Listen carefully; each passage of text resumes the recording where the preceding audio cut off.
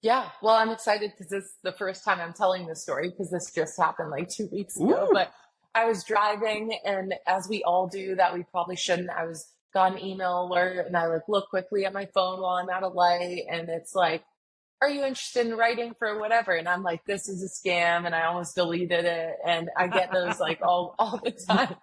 And I'm like, wait a minute, it says Forbes. Like, this can't be real. So I checked the email sender, and sure enough, it was an at Forbes.com I'm email really address. proud. Hey, everybody, welcome back to another episode of Building Scale, specifically the Building Connections series, where we've partnered up with Keymakers, a C-suite networking group out here in Arizona, where I got to meet the next guest, who is Brook Choulet, Dr. Brook Choulet, who was fascinating. I know most of the time we're talking built world, AEC, in that space. She actually doesn't have any connection to that particularly, unless you're a CEO. Then yes. But I felt like talking to her, it just reminded me that, hey, like, we need to be conscientious about mental health. That's a thing that we talk about in the built world, specifically in the construction space, all the time. And this was a good opportunity to talk to somebody that has a pretty good understanding of the brain and how it works. And she's built scale. So I feel like she hit multiple sides. It was a fascinating conversation. We talk about having practices in multiple states and opening up more, as well as how you network in to scenarios where it is athletes or high worth CEOs or high net worth CEOs. And we talk a little bit about that. I give my completely unmedical opinion midway through about something. So there's that fascinating piece to look forward to, or at least comical to some. And it was just a good experience talking to somebody that has a very different perspective on scale and how you can do that in all kinds of different ways. So buckle up, sit back, relax. This is actually a quick one too. So I think we're about a half hour-ish. So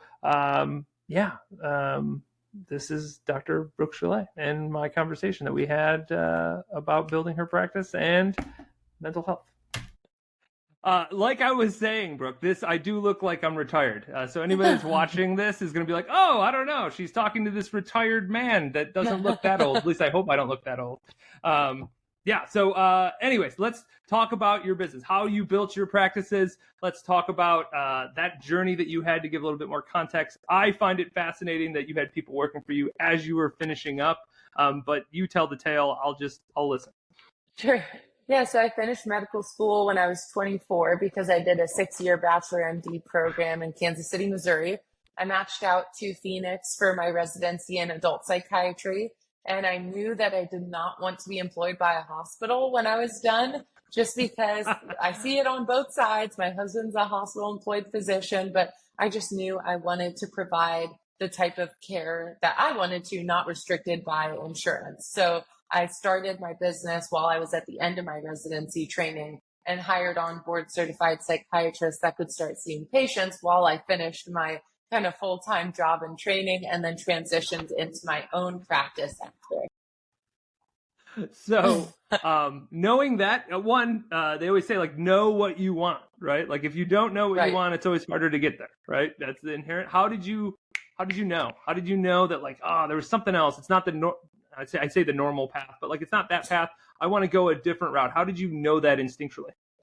Yeah, my mom has been a solo private practice psychiatrist all her life. So I knew that Okay. I wanted to do private practice because they don't show you in residency. They're like, you have 15-minute visits and this, that, and the other, and like bang it out and get as many people in during a day as you can. But I really wanted to do what my mom did, but in a group type of model rather than just myself. Got it. No, that makes sense. So, both California and Arizona, you have done a lot in not that much time, is how I will phrase that. Tell me about that. Why California and Arizona? How California and Arizona? Sure. Yeah. So when I was finishing training, I started Choulet Wellness first, which is located in Scottsdale.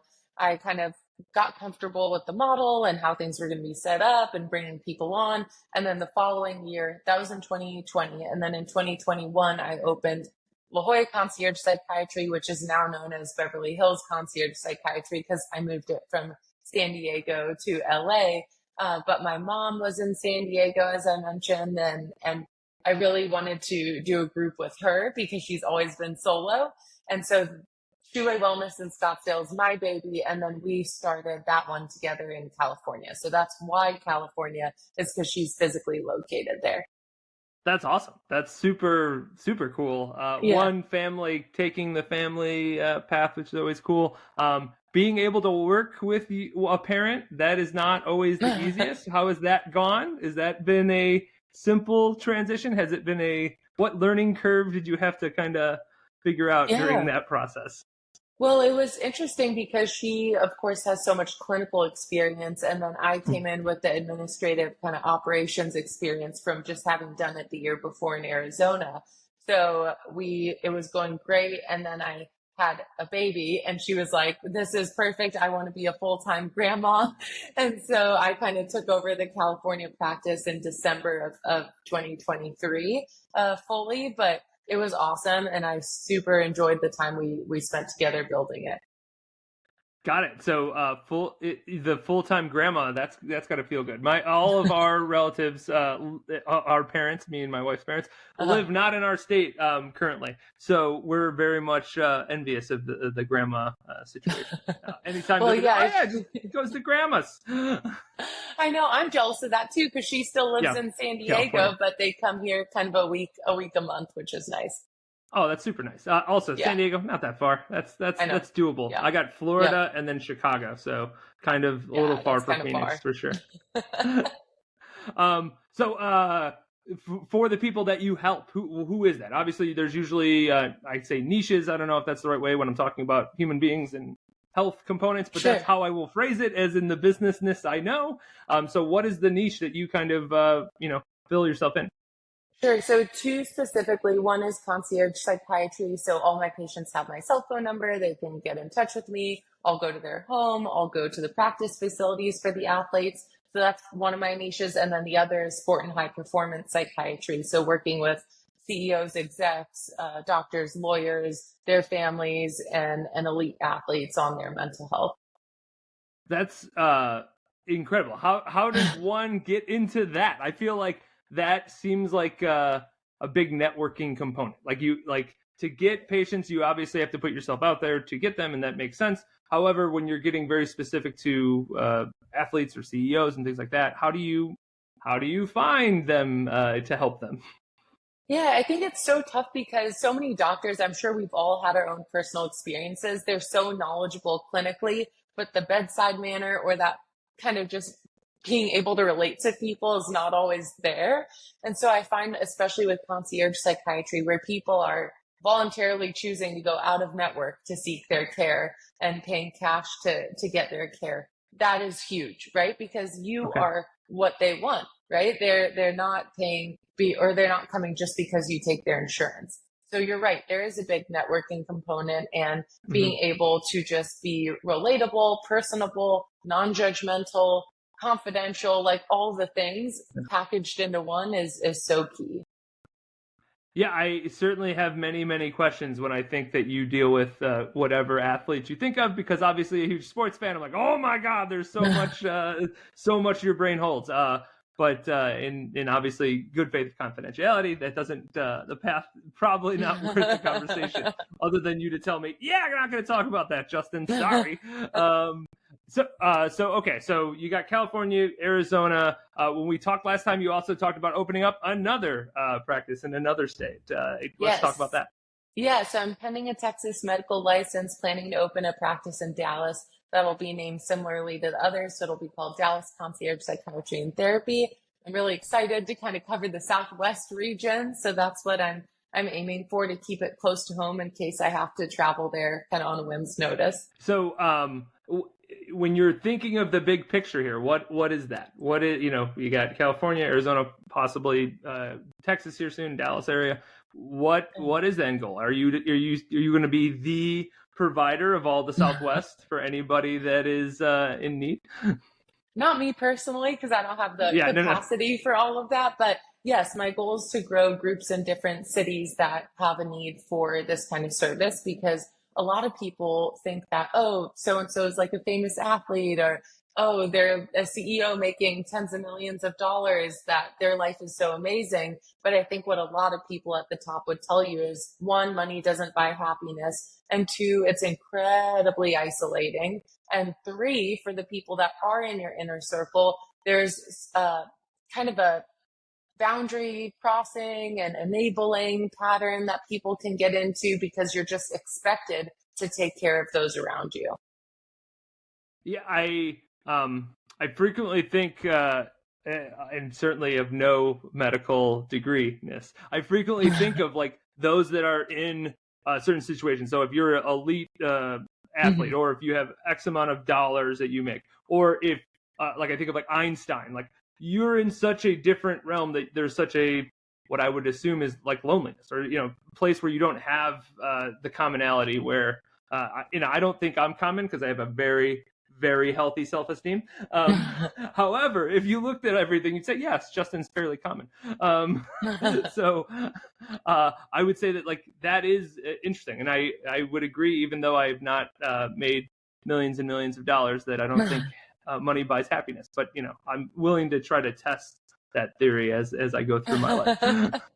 Yeah, and it's tough too, because I feel like when you get to that place, you're almost ingrained to think, well, I can't ask for help because everyone thinks I have it together. And I think that is what I've seen recently, is that those with a really solid core community around them, whether it's friends or family or an actual like business networking community, those that have a community around them and can ask for help, which I just had this conversation in my office yesterday. Asking for help is not the same as delegating, right? Because delegating that has a connotation of it's someone in a position below you where they are almost working for you. To me, there's that kind of connotation with the word delegation, rather than asking for help or asking for guidance from like a mentor or talking about the next step of growing your business is so different. So the leaders I see being successful are those that have a community around them and are able to ask for help and support when needed, rather than just thinking that delegation is the answer, because really they're not asking for guidance. They're just telling people what to do.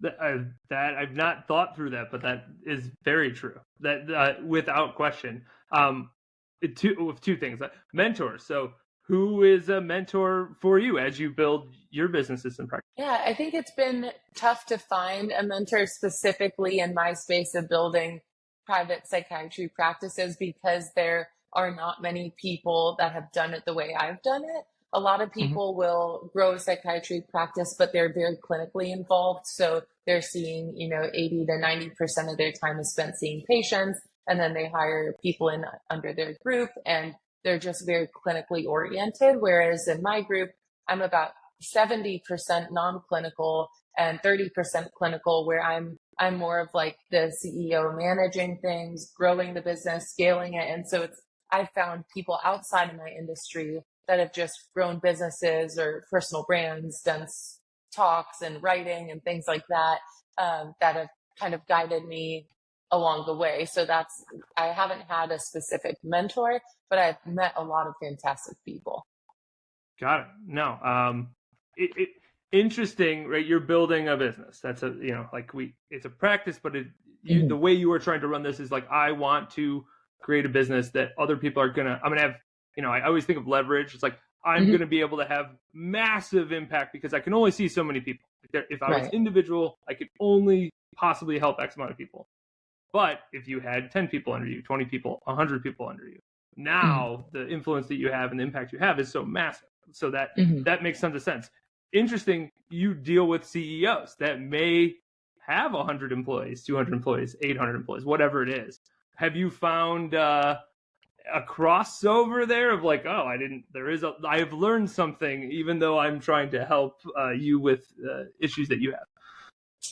That's a tough question. I think that in some aspects, I've learned how people have gotten to where they are managing, but I really try and rein them in terms of creating structure, consistency, not feeling like your schedule is in charge of you, but that you're actually in charge of your schedule. Because that's the whole reason a lot of entrepreneurs start businesses and grow them, is to be their own boss. Yet Mhm. 5, 10 years in, it's like they have a boss, but they're their own boss and they just feel totally out of control of their own schedule. So I'm known as like the performance psychiatrist. So as the performance psychiatrist, I come in and I evaluate everything: your personal life, your professional life, your friends, your family, your colleagues, and help people come up with a plan of how they can not do more, but be more efficient and perform better in the time that they are spending working. What are things that are more common that you see that a leader or professional seems to, and to you may seem more obvious, right? Like you're looking at this in a different way than they are. Right. That it's like, oh, like I don't know how many self-help books there are, or like, hey, you should organize your life this way. Like this, it's endless, right? But like, I don't Mm-hmm. know, is journaling a good idea? Is like throwing like your most 3 important tasks down every day? Is it like planning out your day? Is it reflecting on your day? Like, what are things that Mm-hmm. like a professional could say, oh, this is going to be good for you? Like, yeah, it might not be specifically custom to you exactly, you not dealing with them, but like what are things like that like these are just good ideas that everybody should implement because it will Yeah. make life a little bit easier? One thing I really like, which is just a big picture overview, is just creating structure to your day, right? Because as a CEO or as a business owner, you really are your own boss. You could start work at 6 a.m., you could start work at 11 a.m. But oftentimes I find that people are just shoveling in as much as possible. So then they're constantly feeling like they're playing catch up, which gets you into this negative mindset that you haven't achieved anything by the end of the day. So one thing I even implemented for myself in 2024, which has been for me a huge game changer, and what I tell all my patients to do, is to actually create a work schedule for yourself, which sounds weird, but like if you have a 9 to 5 job, you are there from 9 to 5. So you don't really want to start work early and you don't keep working after. So how can you create a schedule for yourself where maybe it's like, I start work at 8 every day, but I don't schedule meetings until 10, because oftentimes people will just book themselves back to back. They can't get anything done. And then you leave the day feeling like you didn't achieve anything and you just wasted the day just meeting people. So if you can create some sense of a structured, consistent routine where it's like just like if you had a child with a parent teacher conference, you would be there. You would schedule it in your day and you would be there. So the same way you can make other people a priority, do it for yourself, where you're not taking meetings before the time you've set for yourself. You give yourself a 2-hour work window, and then you actually can leave the day feeling accomplished, that you got some stuff done that you needed to before you started the meeting part of your workday, if that makes sense. Oh yeah, no, that makes tons of sense. So I'm up 5 a.m. I start working at 5 a.m. I work Chicago hours though, so like I'm Uh-huh. done at 3, so I'm not 7 to 7 or 5 to 5 or anything like that, right? However, the first hour and a half is like total just focus grind time, as I call it, Mm-hmm. where it's just like nobody can interfere with this time at all in any way, shape, or form. It's the time I get the most things done. And then, after that is when, okay, now I have a stand up, or now I have a meeting that starts later in the day. So, Right. I totally agree with you. And in practice that I've done that, it's like, oh yeah, you're not only accomplishing more, which is important, but you also feel better. Like you just don't Right. feel so rushed on everything or so behind on everything. Mm-hmm. That I certainly feel it that way. Yeah, You I would think go ahead. one other big thing that I think can be really helpful too is that when people have, you mentioned like whether it's 50 employees, 100, 400, that's a lot of people trying to reach out to you during the day. And that with CEOs that I see also is incredibly overwhelming. So one other tip, because you're trying to balance being accessible and a good leader and creating good culture, but also being able to get your own work done and push the company forward. So I really like to encourage people to create an open office hours where it's like, okay, from 12 to 12:30 every day, I'm going to sit in this Zoom and I'm going to just be available. And that will eliminate all this back and forth chatter during the day that's constantly disrupting the workflow. So just finding little tips and tricks like that seems so simple when you say it out loud, but then will make such an impact on your day if you can implement it. Why is that the case? Why do we trick ourselves into thinking things are more complex and harder than like, hey, just time block. Just do a time block. You will be baffled how impactful that can be to your life or to whatever the initiative you're trying to do. Like, hey, if you just took an hour or 2 hours here and you said, that's what I do during that time, or in your case, a half hour, open hours, right? Like that has massive change in, you personally, your mindset, all those things, as well as like the culture that you're creating in a business.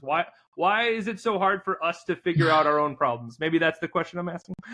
Well, I think that a lot of times we worry about the perception of others. Oh, if I make this change, will people be upset with me? If I make this change, am I a bad leader? So then you start to worry about your perception. But really, I love to talk about, is that worry within your control or out of your control?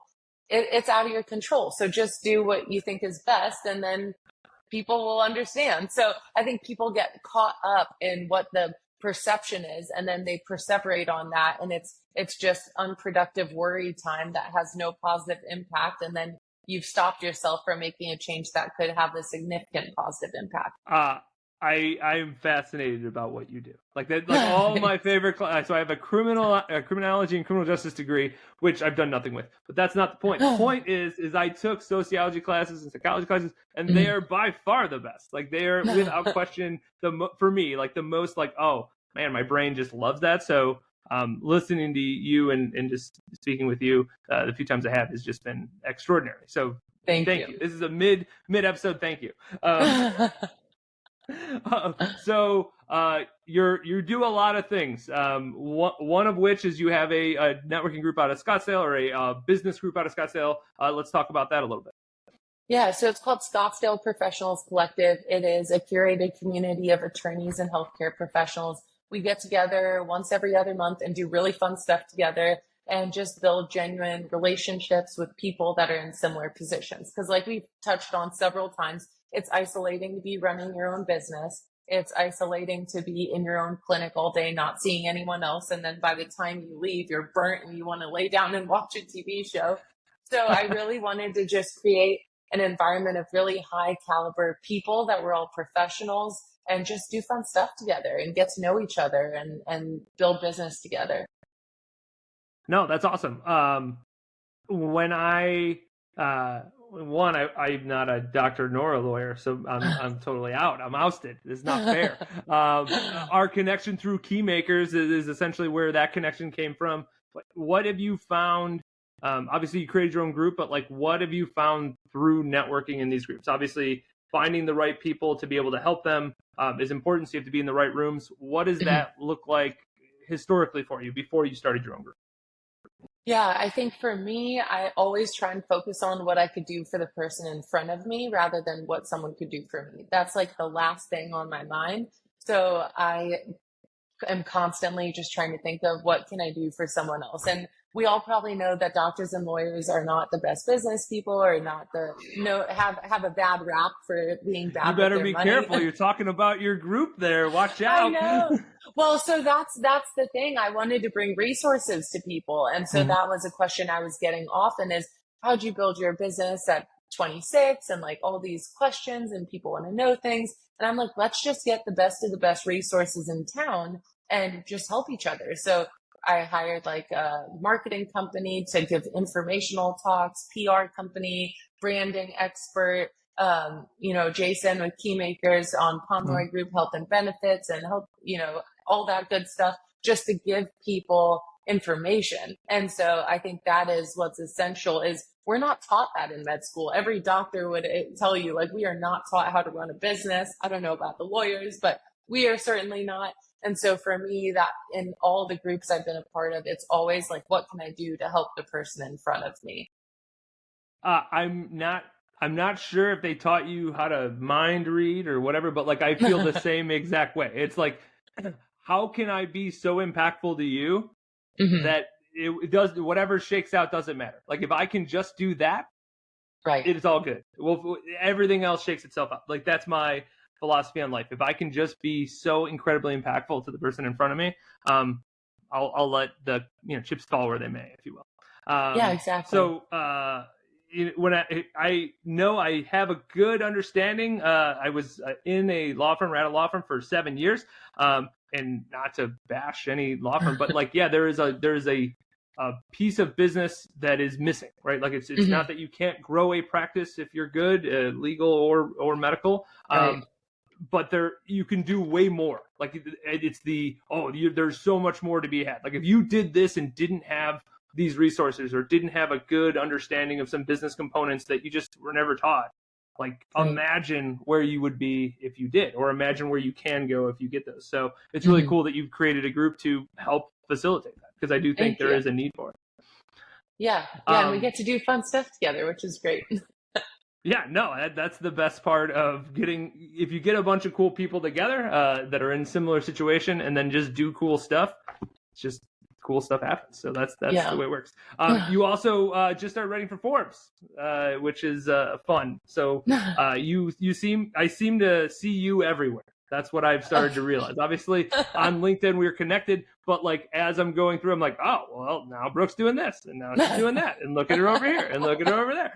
So Forbes, let's talk about writing for Forbes and what that means and what you hope to be able to accomplish through that. Yeah, well, I'm excited because this is the first time I'm telling this story, because this just happened like 2 weeks ago. Ooh. But I was driving, and as we all do that we probably shouldn't, got an email alert, and I like look quickly at my phone while I'm at a light, and it's like, are you interested in writing for whatever? And I'm like, this is a scam, and I almost deleted it. And I get those like all the time.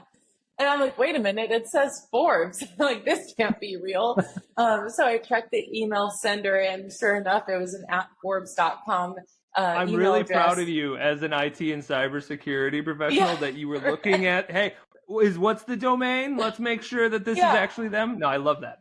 Well, in the hospital systems, we have to take these trainings all the time on cybersecurity and HIPAA compliance. So I'm like, when in doubt, check the email sender. So I checked the email sender, and she was like, oh, I found you through your Psychology Today blogs that you write on sports psychiatry. Would you be interested in writing for Forbes? And so I'm like, yes, when can we meet? So she's like, we get on the phone, and she's like, well, it only pays like $25 per article, if that's okay with you. And I'm thinking, well, I'm getting paid $0 now for the writing I'm doing. So now you're making it rain. $25 an article. Wow, that's like a third of a cent a word or something. That's awesome. I know, plus the number of hours it takes to do the research and put it together. But yeah, so I said, sure. I sent in my materials they requested, and you're provided a swim lane, which is kind of a topic that you have to stay on task, and you can't deviate out of your swim lane. So mine is sports and performance psychiatry and athlete mental health. And it's pretty much like free territory, like whatever I want to write on in those swim lanes, I can. So I just released my first one yesterday. I interviewed Dr. Amber Cargill at the NFL Players Association she's their director of wellness on the mental health initiatives that they offer players, and super excited to just take it from there and see what else I can put out to help people. That's awesome. That's super, super cool. And you are now officially a paid writer? Like now you're an author? Is that correct? I don't know how it works. I'm hoping to write a book, which I got stuff behind me, but certainly have not gotten a cent for a word. So you're way ahead of me. Certainly. Another way that if you're focusing on the right things, even if you're in the car, you can accomplish a lot of stuff. Like that's I think the point.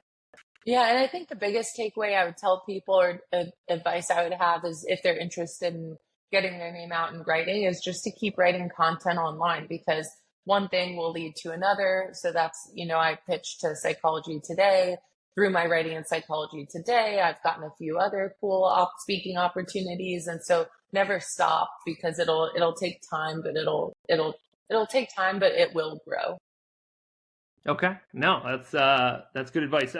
Also, you mentioned a personal brand, which is something that I don't know if you're intentionally doing or it's just happening for you, because like I said, I see you everywhere. So you are creating a brand for yourself, certainly. What advice would you have for that? What are you doing that's making you so popular? Well, I guess I don't know that I'm popular yet, so I appreciate the feedback. But in terms of the personal brand, I just think it's important. A lot of people will tie their identity into their business.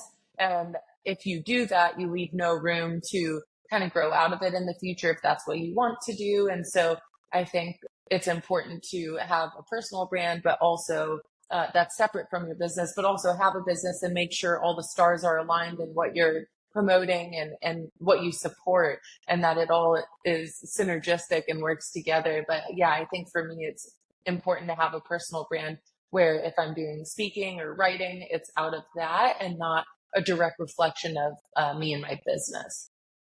No, that's good advice. This has been a ton of fun. I've had a blast. I know that you've got a meeting to run to as well as I. So if somebody wanted to get a hold of you or the practice, what's the best way for them to do that? Sure, yeah, just through my website, brookchouletmd.com, Brook with no E, and my direct cell phone number and email is listed on my website, so people can contact me through there. Wow, that's you're brave. I don't know. That's wow. That's been awesome. Is there anything else you'd like to tell the people before we say our goodbyes? No, thanks for listening and thanks for having me on today. This was awesome. Yeah, I had a blast. So thank you, listeners. I hope you had as much fun as certainly I did, and Brooke's smiling, so that must mean she had at least somewhat fun. And until next time, adios. Thanks for listening to Building Scale. To help us reach even more people, please share this episode with a friend, a colleague, or on social media. Remember, the 3 pillars of scaling a business are people, process, and technology. And our mission is to help the AEC industry protect itself by making technology easy. So if you think your company's technology pillar could use some improvement, book a call with us to see how we can help maximize your IT and cybersecurity strategy. Just go to buildingscale.net/help. And until next time, keep building scale. Scale.